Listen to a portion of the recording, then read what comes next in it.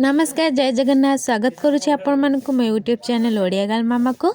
आज आपण मानक बिना प्याज रसुण टमाटो खटा करके देखेबी। तो यही टमाटो खटा को अरुआ भात सहित खाइले बहुत मजा आसी जाए। मत तो बहुत भल लगे। आपण मानक केमिति लगे कमेंट माध्यम जणाइबे। तो चलते स्टार्ट करवा आज वीडियो। टमाटो खटा पाई मैं नहीं जाइए किसी स्लाइस करके टमाटो आठी किसी नहीं लुण आउ पंच फुटन नहीं जाइए आ चीनी नहीं जाइए आउ अदा और कंचा लंका को छेचिकी नहीं जाइए आउ किसी नहीं भृसंगा पत्र। फास्ट मो कढ़ई गरम होगापाई बसई देछि गैस ऑन करके। तो मुझे पकई देछि किछि रिफाइन ऑयल। रिफाइन गरम हो सारा पर मुझे किछि पकई देछि पंचफुटन फुटी सारा पर मुझे पकई देछि भृसंगा पत्र। एबे मो पकेबे अदा और कंचा लंका को छेचिकी रखी ताकू पकईदेवी। आपको भी मु भल भाव फ्राए करनेबी किछि समय पाई।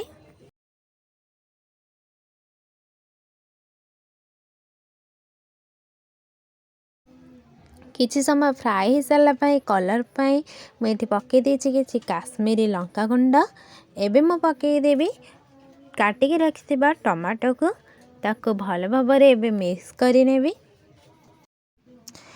एबे मु एथेरे ऐड करिबी स्वाद अनुसार लुण को पकई सारा पर मुझे भल भाव मिक्स करनेबी।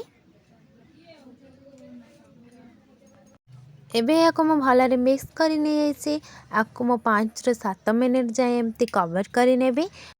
एबे 7 मिनट हो जाइए मु कवर काढ़ी देखी। एबे देखंतु भल कलर आसी जाइए खटार। एबे मु एथेरे किछि पानी ऐड करिबी। पानी ऐड कर सारा पर आउ किछि समय ताको कवर करनेबी आउ फुटिबा को छाड़ी नेबी। देखंतु एबे भलरे पानी पके सारा पर भलरे फुटी नहीं। मुझे चीनी एबे ऐड करिबी।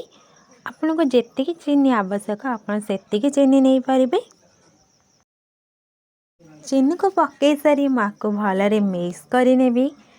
मिक्स कर सारी किछि समय पाई मु यहाँ को फुटिबा को छाड़ी नेबी जहाँ फल कि चीनी भलरे मेल्ट हो जिवो। तो एबे देखंतु खट्टा एबे एकदम रेडी हो जाइए। एबे मो गैस को ऑफ करी नहीं। एथरे मो पकाउछि किछि मेथी पाउडर हाफ चम्मच आउ गोटे चम्मच जीरा लंकार पाउडर। ये गुंड को पकई सारा पर मुझे भलरे मिक्स करनेबी। तो देखंतु एबे रेडी हो जाइए टमाटो खटा। वीडियोटी आपण मानक केमिति लागिला निश्चय कमेंट माध्यम जणाइबे। वीडियोटी शेष पर्यंत देखंतु भल लगे लाइक करंतु सब्सक्राइब करंतु एवं पाखे बेल आइकन को बजाई दियंतु।